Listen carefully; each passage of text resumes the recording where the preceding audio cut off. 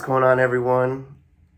Today's lesson, I just want to talk about the diminished scale or the diminished shape on the guitar. And before we even get into the technicality of it, because I think it can be a confusing topic, I know when I was growing up, I was kind of lost on what the diminished was. You know, there was your major, your minor, your dominant, and then there was this weird universe. It was like diminished, and then there was augmented, and all this stuff that I couldn't like fit into the diagram, or the puzzle. The puzzle pieces were just not coming together for me.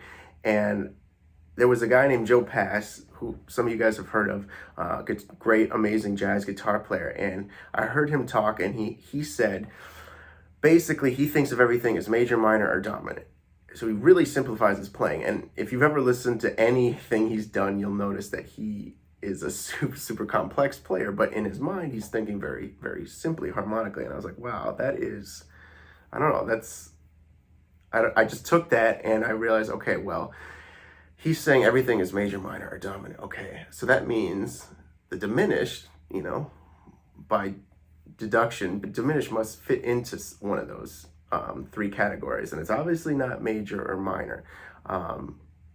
And so before we keep going on this technical route, I just want to play a diminished chord and just feel how it feels emotionally, like the emotional feel of it. Is it happy? Is it sad? What does it make you do? Is it, feel exciting? Now,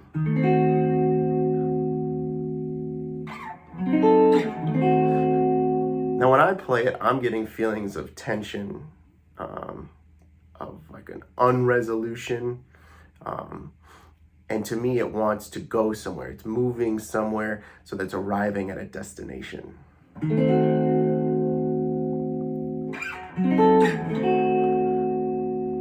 So, and it can mean several things to you. In general, like in a very broad picture, a major chord would be, people would say, oh, that's happy, and then a minor chord would say, oh, that's sad. And you're free to feel whatever you want, but just take a look at the emotional aspect of this diminished chord. And then on a more technical side of things, I'm thinking of a diminished chord as more in the dominant family. So say we have a D7 dominant chord. So you have your bar chord, you bar your first finger, and then you have your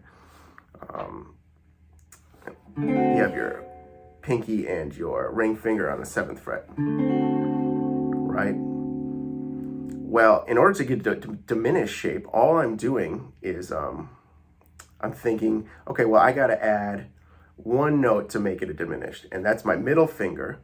So I'm just going to raise on the A string this 5th fret to the 6th fret. So I'm going to use my middle finger, and it sounds like this.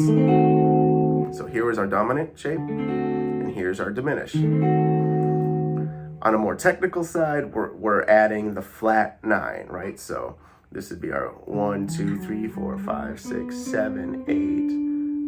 And then we're adding, if this is our 9, our flat 9 would be.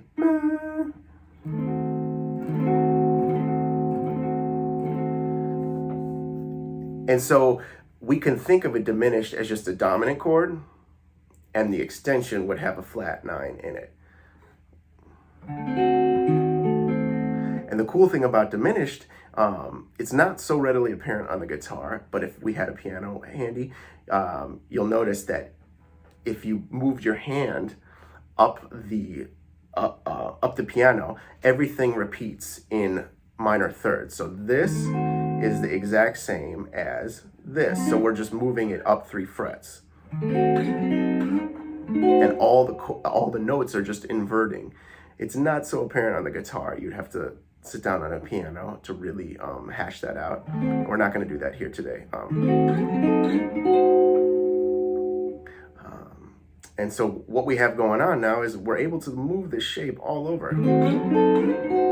And then you'd have to figure out the exact same shape maybe up here. So we have our D7. And then what I'd want to do is add this flat 9. So I'd want to add this note, this E flat. Well, it's like, all right, well, how can I do that with all my fingers they're kind of occupied? So what I'd suggest doing is, okay, I'm just going to take away some of these notes. So I'm just going to keep the top 4 thinnest strings. And then I'm just going to add this flat 9. Right? So I have my D7 shape, and I'm going to add that flat 9. And here's our root. And I can rearrange my fingers to play it a little more comfy. And a nice little trick too is I can keep this cell shape and take my first finger and move it down on the high E string to the 8th fret. So it looks like this. And then so I just do like a down, down, down, up. So, and then I can slide that position just as well. Just like in minor thirds, just like all the other positions.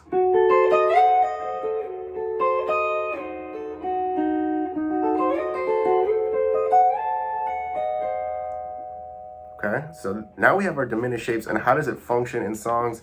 I think for me, I'm thinking it's a tension and release. So the diminished shape is a moment of tension, just like dominant chords are moments of tension. So if we took a song, I'm just thinking like in a blues, you know, like, okay, so we're in the key of A, you know, and then we go to our 4. It's gonna take a second to get that diminished shape.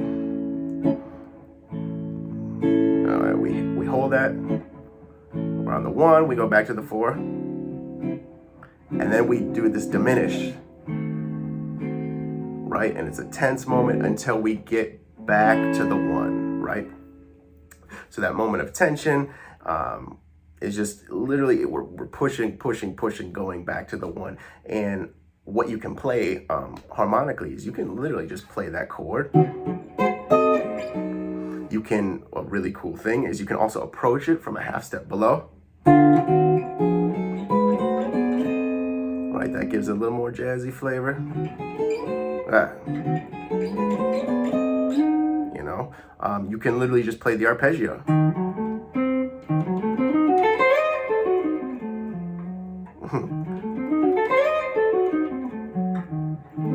Right, and then you can get really fancy to exploring other triads that are built in this in this little cell shape, right? You could play a D7 triad. You could play a and as we move it up, right, we could play an F7 triad. You could play just the diminished scale.